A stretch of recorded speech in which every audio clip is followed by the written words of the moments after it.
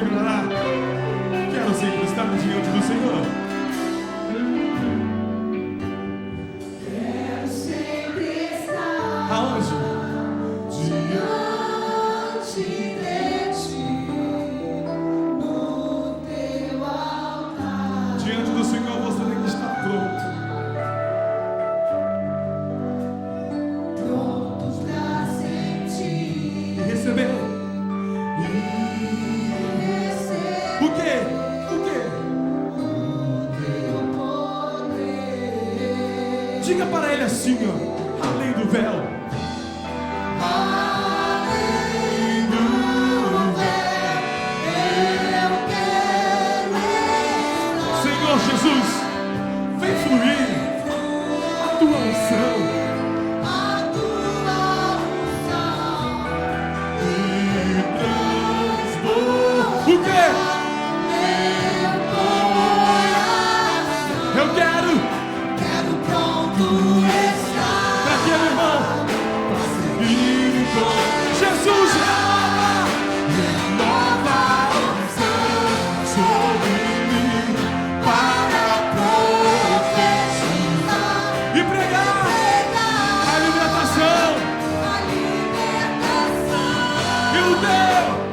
e o seu poder pra curar as cadeias, quebrar, E fluir juntos, juntos, juntos. uma só palavra que Deus manda vai fazer a minha vida mudar. Vem as frutas eu vou. Triunfar, porque sempre estou de profunda. Se me combater, não há nada que me faça. Não importa Não importa o que enfrentarei, qual unção ainda te vencerei. os que têm a unção de Deus. Oh, aleluia! Glória a Deus! Glória a Deus! Oh, aleluia! Amém!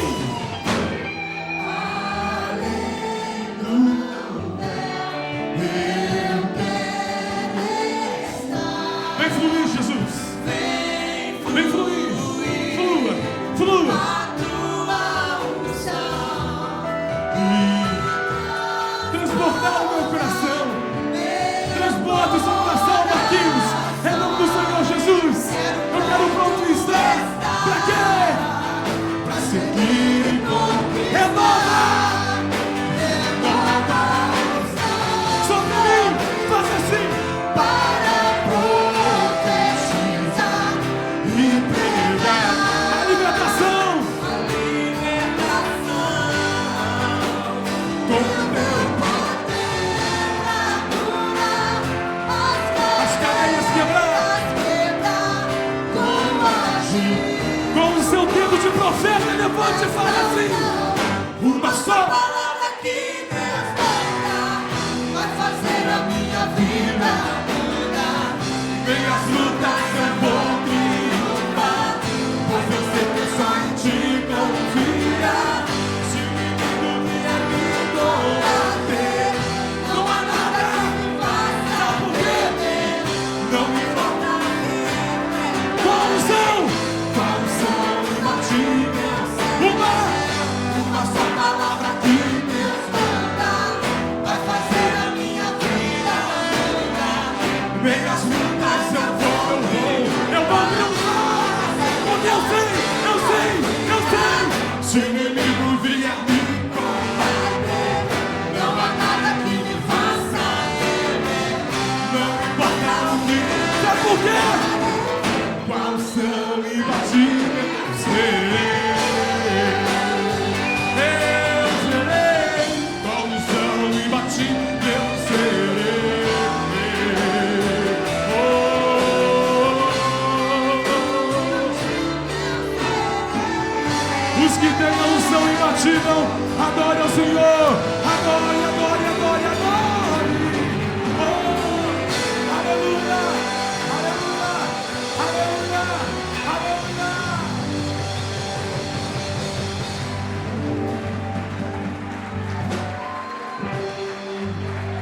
feliz, diga. Malandrinho vai perder a batalha.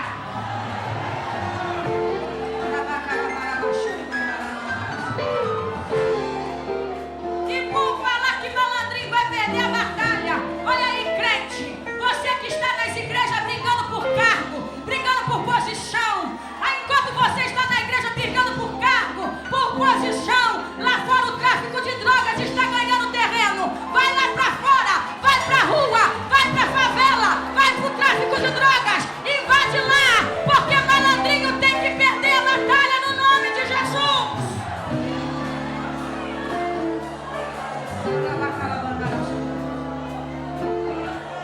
Aí você pode dizer assim, mas se eu for lá eu vou morrer. Morre não. Eu subo um morro há 12 anos, meu irmão, e estou aqui inteira para a glória de Deus. E para a glória de Deus hoje sou respeitada. Meu esposo é respeitado por onde quer que passamos.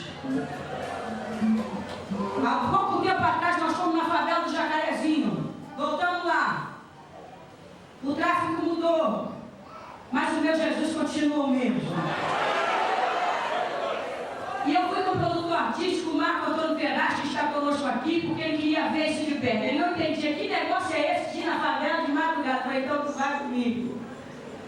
E quando começamos a entrar, ele começou a ver o armamento e começou a se assustar, né, Marcos? Quer dizer, que negócio é esse? Ele disse, vai dando glória, que daqui a pouco vai ficar pior. Eram meninas de 10, 11, 12 anos. Você pensa que lá só tem rapazes? Não, é meninas. Trabalhando na doação, meninas de 12 anos, 11 anos, 10 anos, meninos de 9 anos.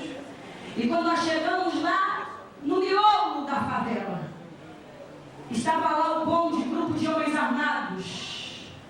E eles estavam fazendo festa porque haviam acabado de fazer, né, um grande assalto, carregamento alto lá. Nós chegamos, e quando eu cheguei, eu disse, eu quero o chefe aqui, eu quero falar com ele. Ele veio me atender, eu disse, eu vim te apresentar o nome chamado Jesus. Como é que está Jesus na sua vida, moço? E eles iam encerrar a festa matando um menino de 12 anos de idade. O menino estava totalmente despido já num canto. Mas quando nós chegamos, Jesus chegou. Porque aonde o crente chega, Jesus chega junto. Jesus não te deixa sozinho nem desamparado. Aonde você pisa, Ele pisa também. Ali nós evangelizamos, falamos de Jesus. E para a vitória da igreja e derrota do cão, o homem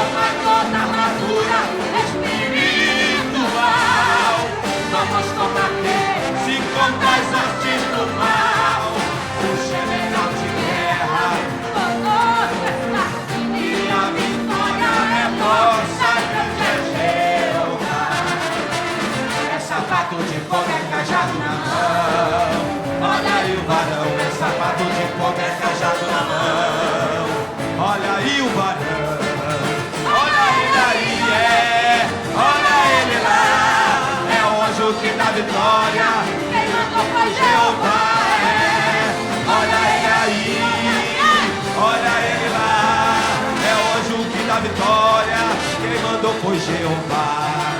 Fica ligado que Ele vai te tocar. Fica ligado que Ele vai te tocar. É o anjo que dá vitória. Ele está neste lugar. Fica ligado que a glória vai passar e a vitória vai levá-la no seu lar. É o anjo que dá vitória. Quem mandou foi Jeová. Mas quanta glória nesse lugar. Quanta glória nesse lugar.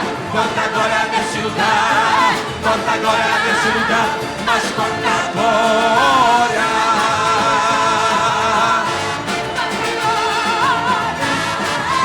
nesse lugar. Mas quanta glória, quanta glória, quanta glória, quanta glória, quanta glória, quanta glória, quanta glória. Vai recebendo, recebendo, recebendo, recebendo, recebendo a tua vitória. Mas quanta glória, quanta glória, quanta glória, quanta glória, quanta glória, quanta glória, quanta glória. Vai recebendo, recebendo, recebendo, recebendo, recebendo a tua vitória. Mas receba aí o cumprimento do varão. Receba aí o cumprimento do varão. Mas receba aí o cumprimento do varão. Mas receba aí o cumprimento do varão. Mas receba aí pelo sangue de Jesus e a vitória é nossa. É pelo sangue de Jesus e a vitória é nossa. É pelo sangue de Jesus. Mas receba, receba, receba poder, poder, poder, poder, poder. Receba, receba, receba poder, Receba poder para vencer. mas receba, receba, receba poder, poder, poder, poder, poder. Receba poder para vencer. Mas receba, receba, receba poder, poder, poder, poder, poder. Receba, receba, receba poder, receba poder para vencer. Receba, receba, receba poder, poder, poder, poder, poder. Receba, receba, receba poder, receba poder para vencer.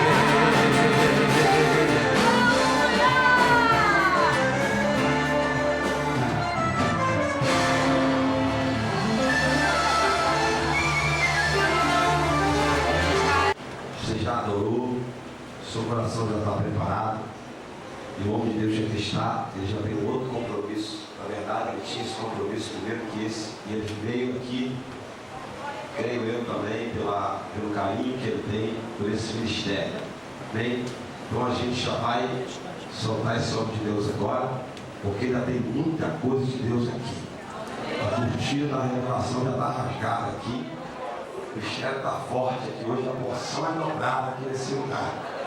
Hoje serão duas mensagens para a glória de Deus. Olha no seu irmão e diga: a porção é dobrada hoje. Eu queria ir de pé. A gente receber isso com muita alegria. Para a gente que está aí vendo o crescimento da obra de Deus na vida dele, a gente fica assim muito feliz porque vê que Deus está levantando uma geração aí com muita autoridade e poder. Eu estive semana passada na América, ele estava na Flórida, vindo para Boston. Eu tinha acabado de trabalhar lá e o povo na expectativa da chegada dele ali em Somerville. O pastor Ronei das Ilhas já me ligou, dizendo que está aguardando ele lá em dezembro, no congresso que nós estaremos lá, só para os irmãos terem a dimensão da grandiosidade do que Deus tem feito na vida desse homem, que já tem viajado a mais de 50 países, pregando o Evangelho, ainda na pouca idade que ele tem. Imagina, já tem muito cascudo, muito solto para dar na cara no focinho de Satanás. Cara, na flor, assim, da mocidade, mesmo da regra, fazer muito mais por Jesus. Eu fico feliz de ter ele, assim como um companheiro aqui desse ministério, sempre que pode ajudando. E ele também está vindo com o documentário dele aí. Amém? Contando como que Deus tirou ele e levantou ele como um pregador da palavra do Senhor, um dos grandes nomes hoje. O congresso que se preze hoje no Brasil tem que colocar o nome dele, porque Deus honrou. Eu queria que você aplaudisse de pé o nome do Senhor Jesus, recebendo reverendo pastor Marcos Preciado.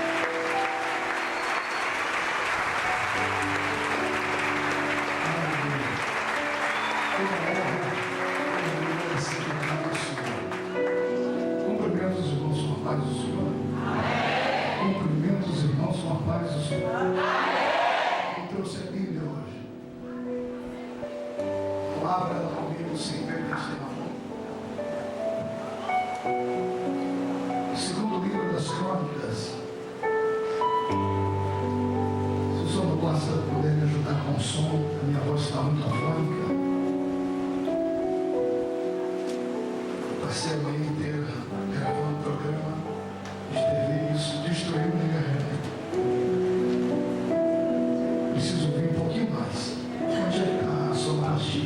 em cima. Querido, abre sem pena, sem dó. Segundo livro das Crônicas, capítulo 5, a partir do versículo de número 12. Aleluia.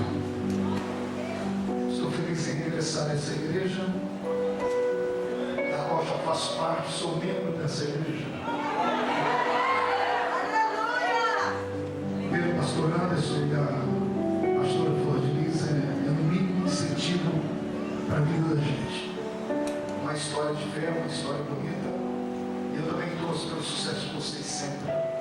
E esse é o 4º aniversário da igreja. Até o arrebatamento tem muito chão pela frente, né? Ainda que Deus se construiu um templo para umas 10 mil pessoas sentadas. Em nome de Jesus. Segunda Crônicas, capítulo 5, versículo 12 a seguir. E quando todos os levitas, que eram cantores, isto é, Asaf, Emã, Jedutum, e os filhos e irmãos deles, vestidos de linho fino, estavam em pé para o oriente do altar, com símbolos, alaúdes e harpas, e com eles até 120 sacerdotes que tocavam as trombetas. E quando em uníssono a um tempo tocaram as trombetas e cantaram para se fazerem ouvir, para louvar o Senhor e render-lhe graças, e quando levantaram eles a voz com trombetas, símbolos e outros instrumentos musicais para louvar o Senhor, porque Ele é bom e porque a sua misericórdia dura para sempre, então sucedeu que a casa, a saber, a casa do Senhor, se encheu de uma nuvem, de maneira que os sacerdotes não podiam estar ali para ministrar, por causa da nuvem, porque a glória do Senhor encheu toda a casa de Deus. Feche a Bíblia, coloque no banco, pegue na mão da pessoa que está do seu lado, atravesse a faixa de gás, o corredor que está aí do lado. Filho, abra sem medo, não, é só aquilo, é só retorno. Abre para mim só um pouquinho mais o som, os pés estão tranquilos, o povo está ouvindo. Feche seus olhos e vamos orar. Pai, eu te dou graças, eu te exalto. Te exalto pelo aniversário deste ministério, por saber que o Senhor foi tão fiel a eles e continuará sendo. Porque a minha Bíblia diz que ainda que nós sejamos infiéis, todavia o Senhor permanece fiel, Pai. Eu vim hoje entregar uma mensagem ao coração da sua igreja. E antes que eu comece a ministrar esta palavra, eu gostaria que o Senhor cercasse esta igreja agora com uma muralha de fogo intransponível. Em um raio de 5 quilômetros, onde houver um demônio alojado, que esses demônios possam bater em retirada, porque não suportarão o peso da sua glória que virá sobre nós. O segundo pedido é um pedido de atrevimento. Se ainda tenho crédito no céu contigo, Pai, gostaria que o Senhor abrisse a porta do seu palácio sobre esta igreja agora e mandasse do céu para a terra uma comitiva de anjos, que esses anjos viessem com brasas de fogo nas mãos, que eles começassem a esparramar estas brasas entre nós. E onde houver um crente batizado com o Espírito Santo, renova o coração dele, Pai, porque nós queremos sentir um pedacinho do céu aqui na terra, em nome do Senhor Jesus. Amém, amém e amém. Se podem, tomem o seu assento. Se não podem, fiquem de pé comigo. Há uma multidão de pé, uma outra multidão do lado de fora.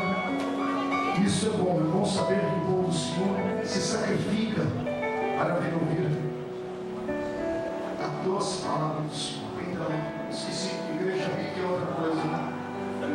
Prepara bem mais baixinho. Quando o povo subir, você sobe. Quando eles descerem, se conseguir descer, é alto. Um pouquinho mais baixinho. Segundo livro das Crônicas é um desses livros de história que quem lê nunca mais esquece. E quem lê as histórias escritas ali acaba ficando um pouquinho mais apaixonado pelo seu Deus do que ele já é. O capítulo 5 é um desses capítulos que ninguém deve desconhecer. Todo crente já deve ter visto ou ouvido um pastor ler este texto ou pregar sobre este texto, na inauguração de um templo, ou no aniversário de um templo, e assim sucessivamente. Mas o meu Cristo me deu uma revelação desta palavra, que eu acredito que será um estímulo para a sua vida hoje. Eu não sei quantos demônios o diabo colocou atrás de você para roubar os seus projetos. Eu só sei que para cada demônio que se levanta contra você, pela matemática bíblica, existem 2 anjos que te protegem de contra toda a O senhor é maluco, pastor? Não, eu só conheço a Bíblia. A Bíblia diz que na queda de Satanás caiu com ele a terça parte dos anjos. Se caiu a terça parte, sobrou 2/3 de anjos ainda. Para cada demônio que se levanta contra você, tem 2 anjos que se levantam para te matar. A bem da verdade, nenhum crente deveria ter medo de Satanás, nem de mandinga, nem de obra de feitiçaria, porque cá para nós chega a ser desumana a nossa briga contra ele. Eu não tenho mais medo dele. Ultimamente eu ando com o sentimento que eu estou pedindo para Jesus tirar do meu coração. Eu ando com pena do infeliz do diabo. Você acredita nisso? Eu comecei a descobrir que eu tenho tanta autoridade que eu estou com pena dele. Além de ter 2 anjos para me guardar, eu ainda tenho o Espírito Santo que mora dentro de mim. Além de ter os 2 anjos e o Espírito Santo que mora dentro de mim, eu tenho a proteção do sangue de Jesus Cristo. Além de ter os 2 anjos, o Espírito Santo e a proteção do sangue, a minha Bíblia ainda diz que Jesus falou assim: eu vos dei poder para pisar sobre serpentes e sobre escorpiões e sobre todo o poder do maligno. Ou seja, ninguém pode com esse crente que está aí do seu lado. É por isso que eu já te desafio a trocar este rosto feio, a tirar esse semblante descaído, parecendo que foi batizado num pote de vinagre, e a colocar um sorriso colgate nos seus lábios, porque você já nasceu campeão nesta casa. Só quem concorda comigo, dê um grito de glória bem forte. Magnífico. E neste texto que eu li, deve dizer assim: Salomão era um homem espiritual. Na verdade não era nada disso. Salomão era muito à parte daquilo que é espiritual. Também puder, um dos 3 homens mais sábios da Bíblia, ao lado dele estava Jesus Cristo e Daniel. Imagine você que esse rapaz, quando teve um encontro com Deus na flor da idade, Deus fez a ele um pedido, ou melhor, Deus deu a ele uma brecha para ele fazer um pedido. E ele poderia ter pedido riqueza, poderia ter pedido fama, e ele pediu sabedoria. Disse ele: Deus, eu queria ter sabedoria para saber entrar e sair diante do seu povo. E a minha Bíblia diz que o Senhor disse a ele: por ter sabedoria, em pedir sabedoria, além de te dar inteligência, te darei riquezas como nenhum outro rei já teve. E ele se transformou num homem muito coerente, muito racional. E todo homem muito inteligente, todo homem muito coerente e racional, ele tem dificuldade em transitar pelo caminho da revelação. Porque a fé, ela trabalha no mundo metafísico, no mundo que transcende, ao passo que aquele que é inteligente, ele quer uma prova física, ele quer uma prova química de toda a reação que há no universo. Talvez por isso, Salomão tenha levado uma vida tão distante do seu Deus. E no final da sua vida, há alguns teólogos que afirmam que ele não tenha conhecido a esperança da salvação. Também puderam. Ele arrumou um problema para a vida dele. Além de ser um homem rico, inteligente e bonito, ele era também um grande galanteador. E a minha Bíblia diz que além de ter tido 700 mulheres, ele teve 300 concubinas. Imagine um homem com 1000 mulheres. Uma mulher só já dá um trabalho terrível. Imagine ele com 1000 mulheres para cuidar. Por isso acabou se perdendo no meio da sua fé. Então quem pensa que o desejo de dar a Deus um templo nasceu no coração de Salomão, não foi isso. Nasceu no coração do pai dele, o grande rei Davi. E eu tenho que me curvar diante da biografia de Davi. Tenho que falar com Davi ou de Davi com uma maneira, com muita simplicidade e humildade, porque não houve homem como ele na terra. Homem a quem Deus olhasse e dissesse: este aí é segundo o meu coração. E eu sempre procurei entender isso, pastor Anderson e missionário. Eu sempre tentei entender como é que Deus amava Davi, ou melhor, por que é que Deus o amava tanto, e eu acabei descobrindo a fórmula. E a fórmula não é fácil de ser aplicada. Davi foi um dos poucos homens do universo, um dos poucos homens que colocaram as plantas dos pés na terra, que tinha 2 credenciais, e geralmente não batem uma com a outra. Ele tinha 2 talentos dentro dele, que um era água, o outro era óleo, e geralmente os 2 acabam não se misturando, mas dentro dele a química funcionou. Davi era um guerreiro, mas também era um poeta. Deixa eu tentar explicar. Todo guerreiro tem que ser truculento, tem que ser bárbaro, não pode ter medo de inimigos, não pode ter medo de sangue.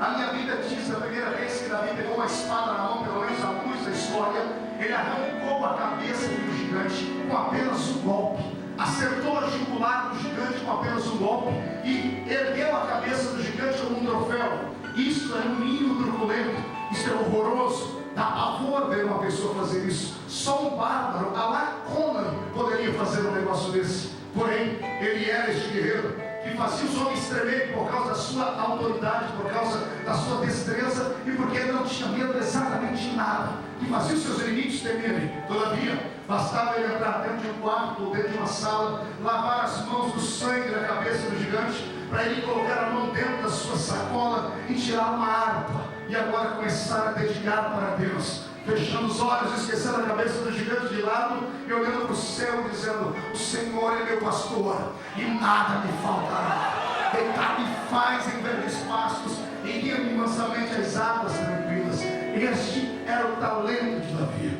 este era o dom que ele tinha. Quando era para usar a espada, ele usava, mas quando era para usar a força do louvor, ele também sabia usá-la com muita maestria. Este é o desejo de Deus para a nossa geração.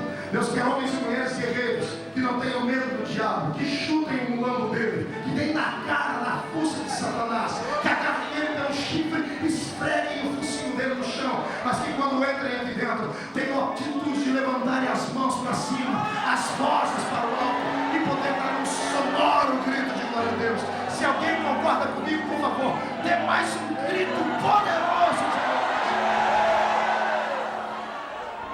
Mas bem, talvez seja por isso que Deus tenha o amado tanto, que Deus o amou tanto, que um dia Davi quis dar a ele uma casa.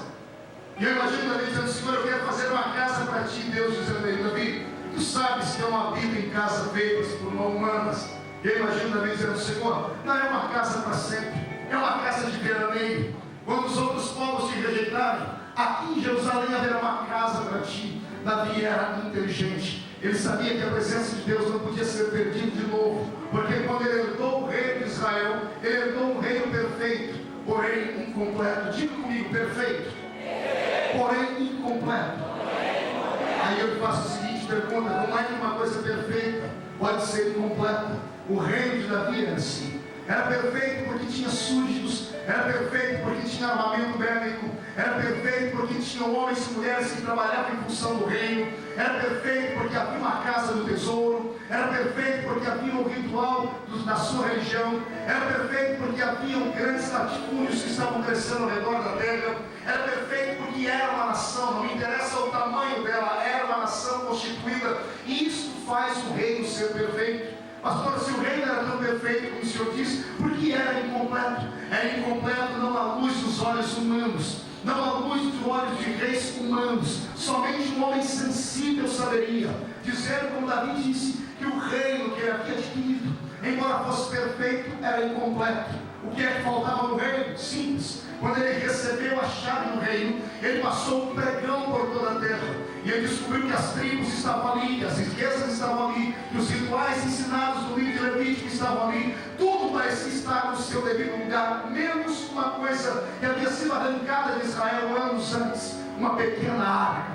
Uma arca feita de madeira de acácia, pintada de ouro por dentro e por fora, com 4 argolas do seu lado esquerdo e direito, para que varais pudessem atravessá-lo e homens pudessem carregá-lo. Sobre a tampa daquela arca haviam 2 querubins com as suas asas, uma apontando para a outra, e somente aquela parte de cima da arca, que se chamava propiciatório, chegava a pesar mais de 1 tonelada de ouro maciço. Não me pergunte como é que os sacerdotes carregavam aquilo nos ombros. Isto é até hoje uma grande incógnita. A arca era de madeira, mas a tampa do propiciatório era de ouro maciço. Quando esta arca desapareceu de Israel, muitas pessoas não deram atenção a ela. Quando os filhos do sacerdote Eli perderam esta arca na batalha, no campo de batalha contra os filisteus, muitas pessoas pensaram e disseram: foi embora apenas mais um objeto de ouro, apenas uma obra feita por uns ourives de Israel. Mas aqueles que eram espirituais sabiam que quando Deus ordenou a confecção daquela arca, Ele pediu que aquela arca fosse feita numa pureza tão grande,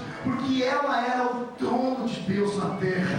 Toda vez que o sumo sacerdote atravessava o lugar santo dos santos, e lá dentro encontrava a arca do testemunho, e ele com a marca do sangue do cordeiro nas mãos, e untava as 4 pontas daquela arca, a nuvem da glória de Deus, a Shekinah divina, descia sobre aquele ambiente, e a glória de Deus saía da nuvem e vinha repousar em cima das asas daqueles querubins. Ou seja, ali estava a presença de Deus. Quando a arca foi embora a presença de Deus. Quando a arca foi embora a glória eterna do Deus de Israel. Em detalhe, a arca não foi embora só porque foi roubada, porque ninguém rouba a glória de Deus. Deus se entregou na mão dos inimigos. E se você me perguntar o porquê, eu te respondo. A minha Bíblia Sagrada diz que o povo chegou diante de um servo dos sacerdotes, diante de um profeta, e disseram a ele: por que todos os reinos da terra têm um príncipe, têm um rei de carne e osso, que as pessoas podem ver, podem reverenciar, podem presentear, podem tocar na mão deles, e só nós, só a nação de Israel tem um rei que nós não podemos ver, que nós não podemos sentir, que nós não podemos enxergar, que nós não podemos tocar, porque o reino de Israel era um reino teocrático, ou seja, Deus era o rei daquele povo, era ele quem ditava as regras, era ele quem recebia os louvores, era ele quem recebia os sacrifícios, era ele quem lutava com eles na peleja. Pois bem, Israel, quando percebeu tudo isso, ao invés de darem valor, ao invés de agradecerem a Deus por terem um rei imortal, oficializaram um rei humano. E o que eu acho mais belo é a atitude do meu Deus. O meu Deus não é truculento. O meu Deus é um Deus extremamente passivo. Quando ele vê uma pessoa que não quer, ele não força a barra, ele não interfere na atitude do desejo do ser humano, ele simplesmente sai da frente e deixa a pessoa continuar a sua caminhada. Talvez seja por isso que muitas igrejas não crescem, talvez seja por isso que muitos crentes não têm uma unção como nós temos aqui, porque eles disseram para si mesmos: eu não quero envolvimento com essa glória, eu não quero ficar maluco como esses crentes que pulam, gritam, plantam bananeira, falam línguas estranhas. Eu, em uma igreja como aquela missionária, que ela fica gritando e falando que está vendo anjo aqui e acolá, isso é maluquice. Como Deus respeita o ser humano, esses que não querem, o Senhor não tem nada a ver com eles. Mas quando Deus acha no meio do caminho um maluco como você, quando Deus acha no meio do caminho um maluco como a gente, sabe o que ele faz? Ele vem morar no nosso meio, literalmente falando. É por isso que enquanto eu prego aqui, o seu corpo se arrepia aí. É por isso que enquanto eu falo aqui, as lágrimas começam a verter dos seus olhos, porque o nosso Deus, mesmo sendo tão poderoso, olha o que eu vou dizer agora, o Deus que eu sirvo não é um Deus feito por mãos humanas, que pode ser pregado em uma parede, está aí por aí em algumas igrejas há mais de 2000 anos, não. O meu Deus não comporta dentro de uma casa como essa. A minha Bíblia diz que a terra está por escabelos dos seus pés, e Ele coloca na palma da sua mão todos os oceanos. A minha Bíblia diz que Ele recitou um versículo no ouvido de Isaías, e Isaías transliterou o versículo dizendo: ainda antes que houvesse dia eu era, e não há ninguém que possa livrar alguém das minhas mãos, porque operando eu, quem me impedirá? Ele é tão grande que num dia apenas criou poderosos anjos, e Ele criou anjos, e alguns dos anjos com uma qualidade que eu não quero conhecê-los. Bastou um anjo para em uma noite matar 185 mil soldados no reino da Síria. Bastou um anjo para passar pelo Egito certa vez e matar o primogênito dos animais, até o primogênito de Faraó. Esse Deus que tem anjos desse porte, esse Deus que tem um arcanjo chamado Miguel, que enfrenta cara a cara Satanás e põe um bicho para correr, Ele é tão grande, Ele tem serafins ao lado dele que cantam: santo, santo, santo é o Senhor dos exércitos, e toda a terra está cheia da sua glória. Escute, Ele é tão grande, tão poderoso, e eu não consigo entender, porque geralmente os poderosos, quando vêm os pequeninos, eles ignoram, tripudiam, pisam por cima, abandonam. Os poderosos, quando vêm você passar pela rua no seu chinelinho havaiana, eles simplesmente ignoram, finge que você não existe por causa da cor da sua pele, do cabelo que você tem, da roupa que você veste. Esse Deus, Ele é tão grande que Ele coloca dentro do bolso Bill Gates, dentro do outro bolso todos os príncipes das nações. Ele é tão poderoso, e o que mais me deixa apaixonado é que Ele é preocupadíssimo com você, Ele é apaixonado por você. Ele me mandou aqui hoje só para te dizer que não há ninguém mais nessa terra por quem Ele tem amado tanto a não ser você. A maior riqueza que Ele tinha, Ele deu para morrer em amor por ti, que é o Filho dele, Jesus Cristo manifesto. Só por causa dessa palavra você vai murchar a barriga agora. para o peito, olhar para o irmão do seu lado e dizer: amigo, você está vendo como é que eu valho? Você está vendo qual é o meu valor? Diga: você me ignora, mas meu Deus não me ignora. Só quem é apaixonado por esse Deus e sente a paixão dele, por favor, dê um grito para que o bairro todo saiba!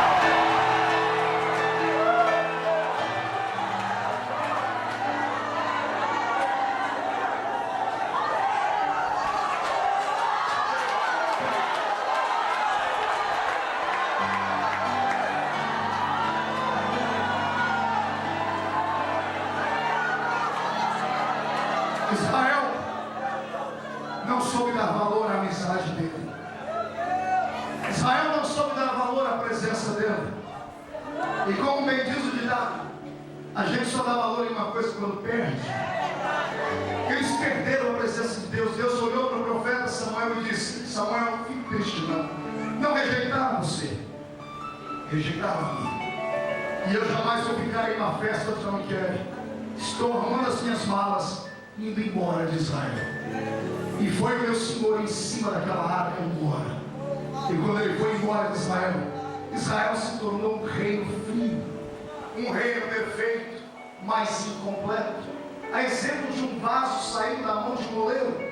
O oleiro faz o vaso com perfeição, sem nenhum trincado, nem pintado, cozido no forno. Você chega dentro de um supermercado ou dentro de uma venda, lá está o vaso perfeito, mas incompleto. Só será completo quando você levar para casa e colocar flores, água ou algum tipo de adorno dentro dele. Pois bem, eu conheço muitas igrejas por aí, conheço muitas pessoas por aí que existem apenas na aparência, que estão como se estivessem vivos, mas já morreram há muito tempo. São perfeitos na estrutura, mas são incompletos. A igreja bela, é magnífica, é o verdadeiro templo de Salomão, mas falta aquela essência do barulho do cenário. Tem ouro e prata, mas não tem levanta e anda. Oxalá que Deus hoje venha mudar a história dessas igrejas.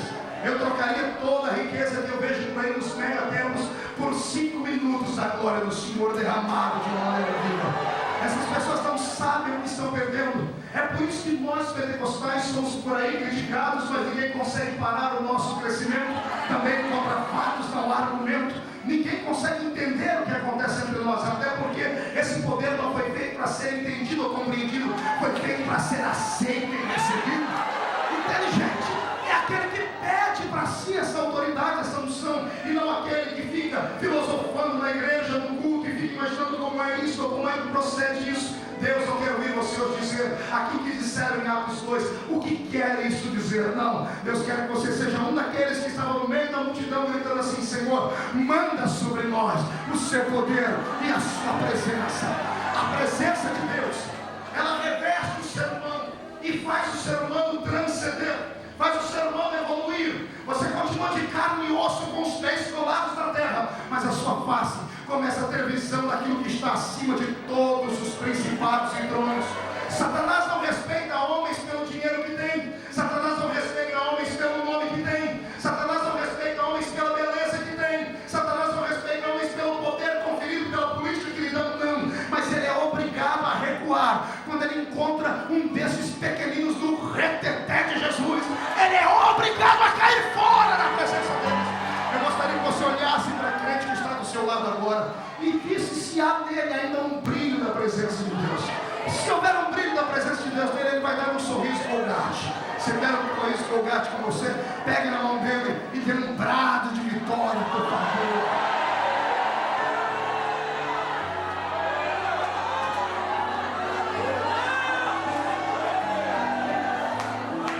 O problema do homem não é como ele começa a sua fé, mas como ele termina.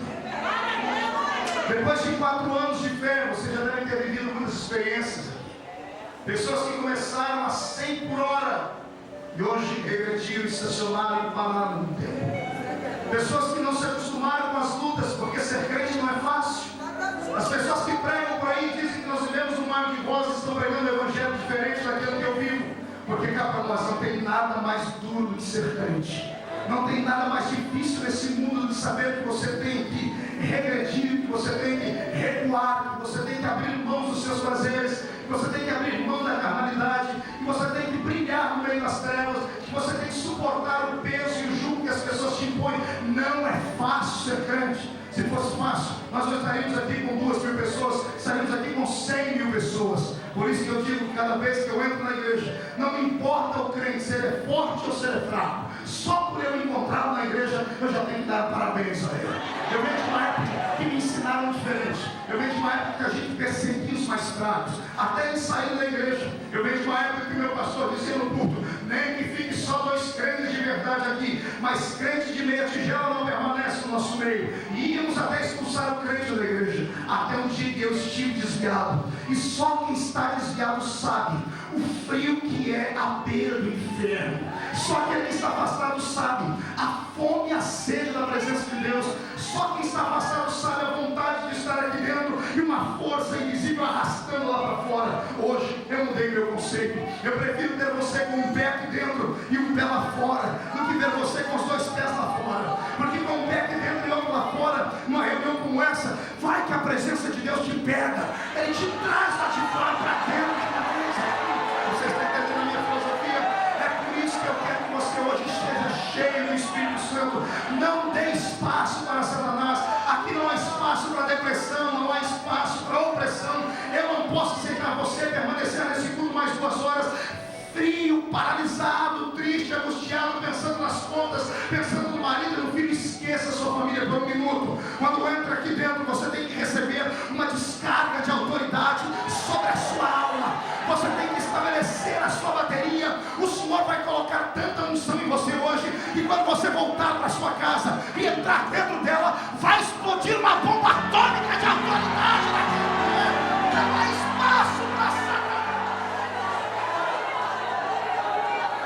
Eu quero que você reveja os seus princípios, os seus conceitos, e me diga se a glória de Deus ainda permanece sobre você. Se permanece sobre você a glória que te fez um profeta, a glória que te fez um ganhador de almas, a unção que te fez um visionário, um homem e uma mulher de oração. Não deixe o diabo dizer a você que não é mais necessário orar, que não é mais necessário subir um monte, que não é mais necessário se consagrar. Não deixe Satanás trabalhar no meio do tempo e bloquear a sua intimidade com Deus. Escute, ninguém aqui dentro é bom o suficiente que não precise da presença de Deus. Está entendendo isso? Deus está procurando pessoas que sintam necessidade.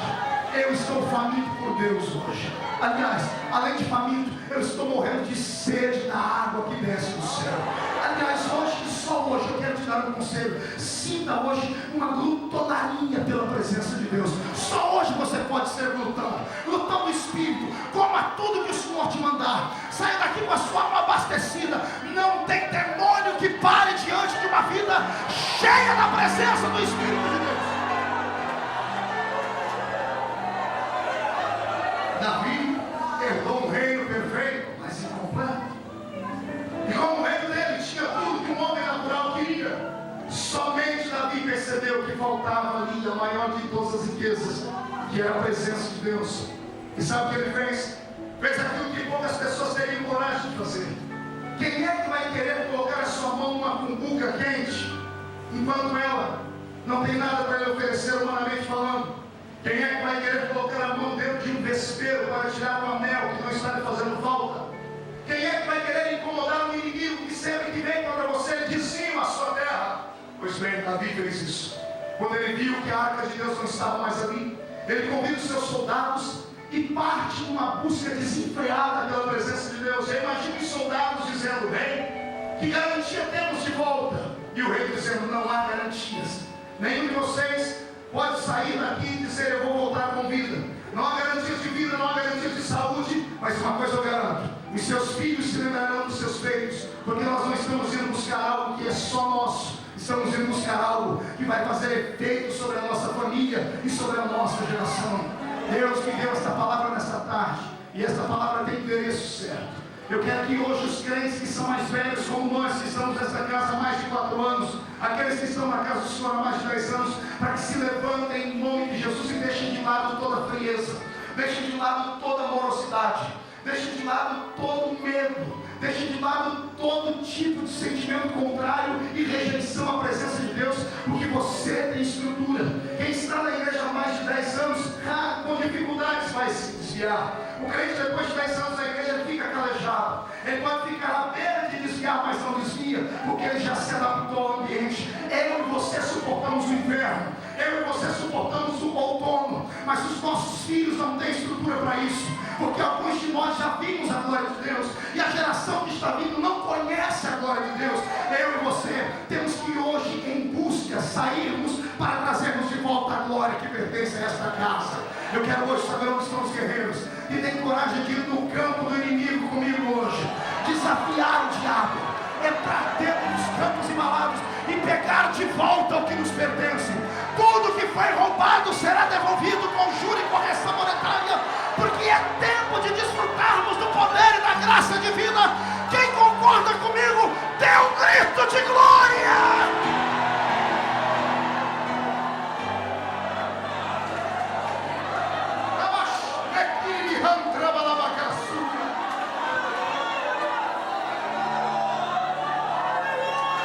Talvez seja por isso que Davi era tão amado por Deus, porque Davi não era como alguns de nós, e depois de 4 anos de igreja nos acostumamos, acabamos nos moldando ao banco, à cadeira da igreja, e nos tornamos membros de banco e ficamos iguaizinhos nos bancos, parecemos madeira, prego, verniz, tinta, só temos a aparência de quem vive, mas não vive.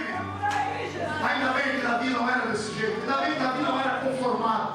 Talvez seja por isso que Deus era apaixonado por ele. Deus está procurando hoje uma geração que não se conforma. Deus quer uma geração que olha para este tempo e, por mais belo e grande que está, diz: não, nós podemos fazer isso aqui ficar maior do que já é. Deus está procurando pessoas que querem muito mais. Eu sei que não há nenhum homem na terra que possa dizer: eu conheço tudo sobre Deus e já desfrutei de todas as possibilidades de milagres. Deus sempre tem uma surpresa. Deus sempre tem uma carta nova na manga. Só que Ele só pode entregar para aqueles que são curiosos. Escute o que eu tenho pregado esses anos todos. Deus é apaixonado por gente atrevida. Deus quer pessoas aqui dentro que dizem assim: eu quero mais, eu quero mais, eu quero mais. E não importa quanto custe, eu pago o preço para receber isso. Vale a pena você poder sentir a presença deste Deus. Vale a pena você saber que quando você dobra o joelho em terra, a sua intimidade faz Deus ficar de pé lá em cima naquele trono.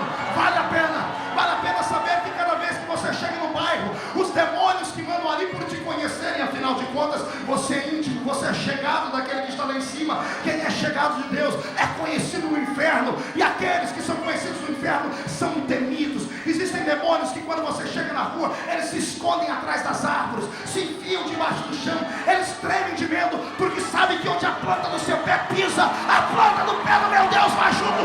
Você não é natural. Em compensação, pastor Anderson, tem alguns que abriram concessões de erros e passaram a cultivar pecados, e passaram a carregar dentro de si algumas mazelas que não querem abandonar por nada. Esses não metem medo no diabo, pelo contrário, quando entram dentro do culto, o diabo vem sentado dentro do coração deles. Pastor, um crente cheio do Espírito Santo, o diabo dentro dele, isso é heresia. Então me diga o que foi que aconteceu com Pedro. Pedro acabou de testificar da fé e Jesus disse para ele: Pedro, não foi você que falou, foi meu pai que te revelou. Deu 5 minutos, Jesus está olhando para ele dizendo assim: o Senhor te repreenda, Satanás, para trás de mim. O mesmo Pedro, porque abriu concessão. Tem pessoas aqui dentro que não sentem a presença de Deus, não é porque são frias, é porque há um bloqueio sobre a sua história, sobre a sua vida, porque pactuaram com o diabo através dos seus vícios e não querem largar, através dos seus erros na carne e não querem abandonar. Pastor, o senhor veio me atacar? Não, eu vim lhe dar um conselho. Do que adianta você permanecer aqui dentro também a vida toda somente como um fracassado? Ei, tudo bem que você caiu e se levantou, mas para de ficar caindo toda hora. Faça por onde não cair tanto. Comece a ficar de pé para adorar a Cristo. Comece a mostrar ao diabo que você tem força de vontade.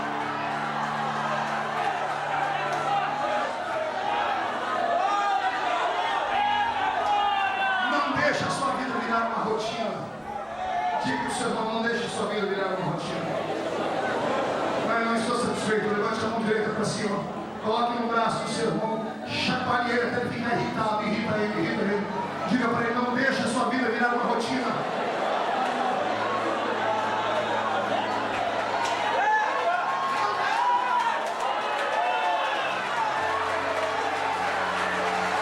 Não deixe a sua vida virar uma rotina.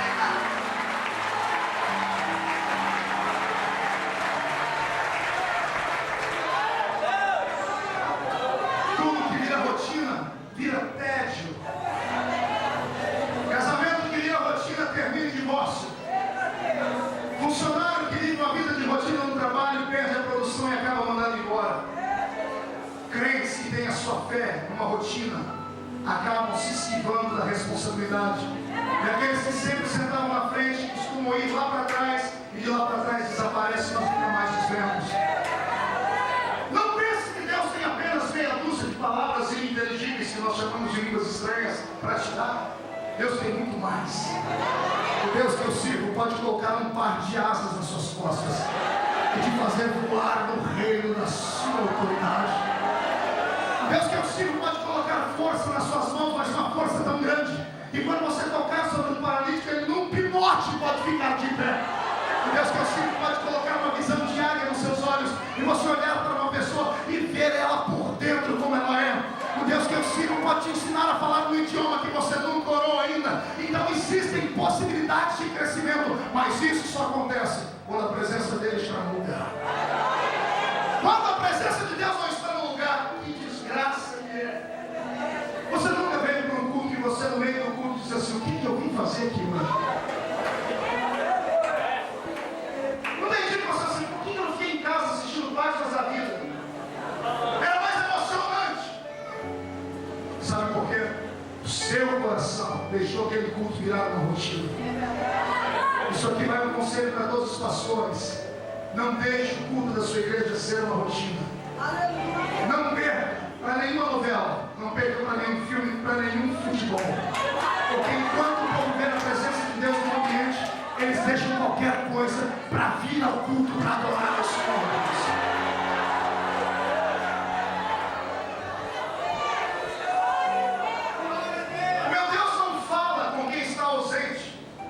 Ele fala com quem está presente. Se ele está falando isso aqui, é porque tem alguém aí que perdeu a intimidade com ele. E hoje, ele é tão bondoso que foi ele quem tomou a iniciativa, não foi nem você. Foi ele quem disse, deixa eu ir aproximar do meu filho e dizer a ele e a ela que eu ainda tenho um caminhão de bênçãos para entregar sobre a vida dele. Tem uma porção de glória para derramar sobre a história dele. Quantos querem mais de Deus aqui? Deixa eu ver. Quem quer mais? Ah, não parece. Quem quer mais grita? Quem quer mais?